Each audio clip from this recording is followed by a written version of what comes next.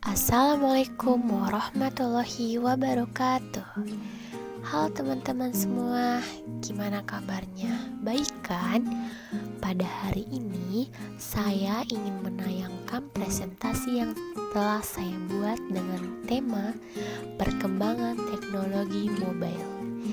Ya, kami akan membahas mengenai perkembangan teknologi mobile. Kira-kira di sini ada yang udah tahu belum ya, apa itu perkembangan teknologi mobile? Yuk kita belajar bersama-sama apa itu perkembangan teknologi mobile. Oh ya, sebelumnya aku mau ngasih tahu sedikit nih tentang telepon genggam atau telepon seluler atau handphone. Jadi, telepon genggam atau telepon seluler atau handphone adalah sebuah perangkat telekomunikasi elektronik yang mempunyai kemampuan dasar yang sama dengan telepon konvensional saluran tetap. Saat ini, Indonesia mempunyai dua jaringan telepon nirkabel, yaitu sistem GSM (Global System for Mobile Telecommunication) dan sistem CDMA (Code Division Multiple Access). Ponsel juga semakin berkembang dari generasi 0 sampai ke generasi 4. Misalnya, ponsel sudah bisa mengakses internet, memutar musik atau video, bahkan menangkap gambar objek menggunakan kamera pun bisa, membuat video, menjalankan OS, dan dapat menyimpan data dan sebagainya. Wah, canggih sekali bukan? Oke, jadi kita mulai saja ya. Yang ke pertama, generasi 0G. Sejarah penemuan telepon seluler tidak lepas dari perkembangan radio awal. Penemuan telepon seluler dimulai pada tahun 1921 ketika Departemen Kepolisian Detroit, Michigan mencoba menggunakan telepon mobil satu arah. Kemudian pada tahun 1928 Kepolisian Detroit mulai menggunakan radio komunikasi satu arah reguler pada semua mobil patroli dengan frekuensi 2 MHz. Pada perkembangan selanjutnya, radio komunikasi berkembang menjadi dua arah loh dengan frekuensi modulator VM tahun 1940. Galvin Manufacturing Corporation sekarang berganti nama menjadi Motorola, mengembangkan portable handle talkie SGR 536, yang berarti sebuah alat komunikasi di medan perang saat Perang Dunia II.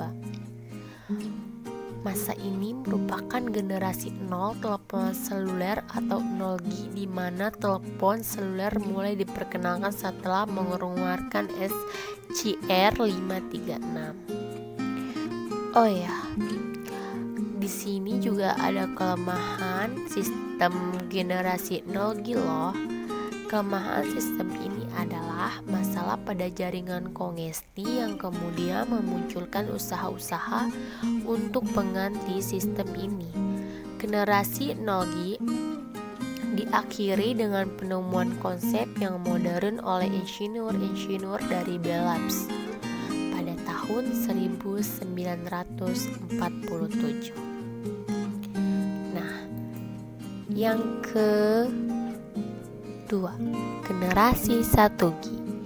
Nah, inilah telepon seluler generasi pertama yang biasa disebut 1G. Merupakan telepon seluler pertama yang sebenarnya. Tahun 1973, Martin Cooper dari Motorola Corp penemuan telepon seluler pertama dan memperkenalkan ponsel tersebut kepada publik pada 3 April 1973. Telepon seluler yang ditemukan oleh Cooper memiliki berat 30 ons atau sekitar 508 gram. Kekurangan generasi 1G adalah karena ukurannya yang terlalu besar untuk dipegang oleh tangan. Ukuran yang besar ini dikarenakan keperluan tenaga dan diforma baterai yang kurang baik. Selain itu, generasi 1G masih memiliki masalah dengan mobilitas pengguna. Pada saat melakukan panggilan, mobilitas pengguna terbatas pada jangkauan area telepon seluler. Oke, yang ketiga, generasi 2G. Generasi kedua atau 2G muncul pada sekitar tahun 1990. 2G di Amerika sudah menggunakan teknologi CDMA, sedangkan di Eropa menggunakan teknologi GSM.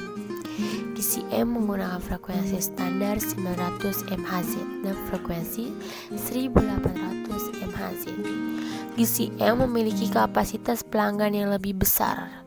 Pada generasi 2G, sinyal analog sudah diganti dengan sinyal digital. Wah, keren sekali bukan? Telepon seluler pada generasi ini juga memiliki ukuran yang lebih kecil dan lebih ringan karena penggunaan teknologi chip digital. Ukuran yang lebih kecil juga dikarenakan kebutuhan tenaga baterai yang lebih kecil. Keunggulan dari generasi 2G adalah ukuran dan berat yang lebih kecil serta sinyal radio yang lebih rendah, sehingga mengurangi efek radiasi yang membahayakan pengguna. Selanjutnya, generasi 3G. Generasi ini disebut juga 3G yang memungkinkan operator jaringan untuk memberi pengguna mereka jangkauan yang lebih luas, termasuk internet sebaik video call berteknologi tinggi.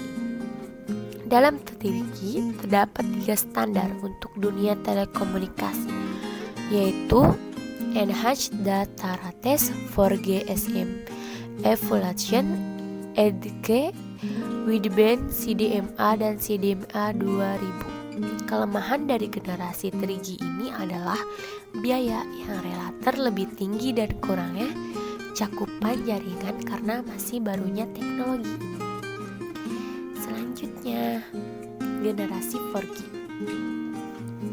Generasi ini disebut juga 4th Generation 4G. 4G merupakan sistem telepon seluler yang menawarkan pendekatan baru dan solusi infrastruktur yang mengintegrasikan teknologi wireless yang telah ada, termasuk wireless broadband (WIBRO) 802.16e, CDMA, wireless LAN, Bluetooth, dan lain-lain. Sistem 4G berdasarkan heterogenitas jaringan IP yang memungkinkan pengguna untuk menggunakan beragam sistem kapan saja dan di mana saja. Salah satu teknologi 4G yaitu WiMAX. Mobil standar telah diterima oleh itu untuk ditambahkan pada IMT 2000, sehingga teknologi baru ini masih digolongkan ke dalam keluarga 3G. International Telecommunication Union (ITU) sedang mempelajari kemampuan mobile broadband yang disebut IMT Advance, yang disebut teknologi generasi keempat 4G. Oh ya, 4G ini juga memberikan pelayanan pengiriman data cepat untuk mengakomodasi berbagai aplikasi multimedia loh, seperti video conferencing, game online, dan lain-lain. Dan selanjutnya ya, ini sudah selesai video kita. Sebelum mengakhiri presentasi ini, saya akan membuka sesi pertanyaan terlebih dahulu untuk Anda. Jika ingin ditanyakan, silahkan komen di bawah ini ya. Sekian presentasi dari saya. Semoga dengan presentasi ini dapat menambah wawasan Anda. Dan apabila ada tutur kata yang kurang berkenan, tolong maafkan ya. Demikian perkembangan teknologi ponsel yang saya ketahui. Mari kita tunggu teknologi terbaru dari ponsel. Semoga berguna bagi kehidupan kita semua. Assalamualaikum warahmatullahi wabarakatuh. Bye.